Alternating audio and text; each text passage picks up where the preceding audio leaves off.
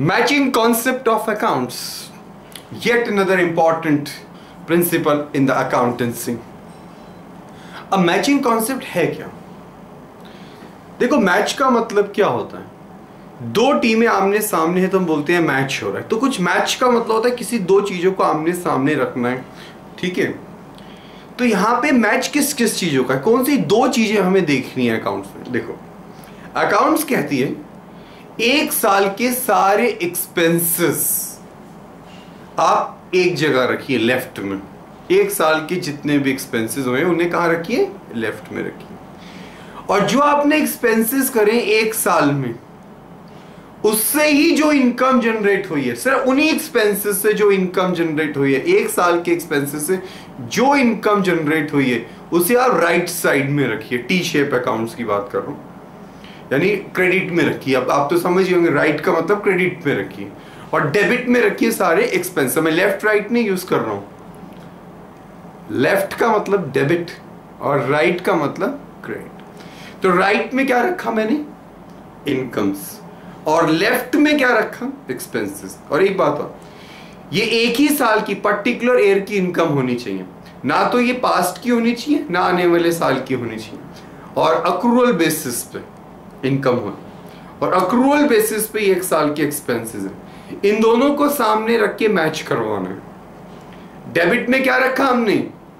Expenses, और credit में क्या रखा?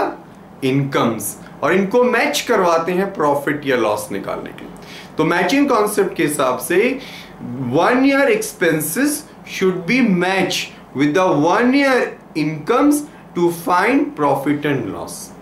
क्रेडिट साइड में क्या रखा? इनकम्स। डेबिट साइड में क्या रखा हमने टी शेप अकाउंट्स में? एक्सपेंसेस। और ये दोनों सेम ईयर के होने चाहिए अक्रूवल बेसिस के हिसाब से, और फिर हमें पता चलता है प्रॉफिट है या फिर लॉस है। अगर डेबिट साइड ज्यादा है तो हम बोलते हैं डेबिट बैलेंस, तो लॉस है। क्रेडिट साइड ज्यादा है तो हम बोलते हैं प्रॉफिट है। तो एक्सपेंसेस और रेवेन्यूज का जो डिफरेंस है वो हमारा प्रॉफिट या लॉस है। रेवेन्यूज जो है हमारे, और जो हमारी उसमें से एक्सपेंसेस जब हम घटा देते हैं तो हमारा प्रॉफिट या लॉस आता है। तो मैचिंग कॉन्सेप्ट के हिसाब से डेबिट में क्या रखना है? एक्सपेंसेस।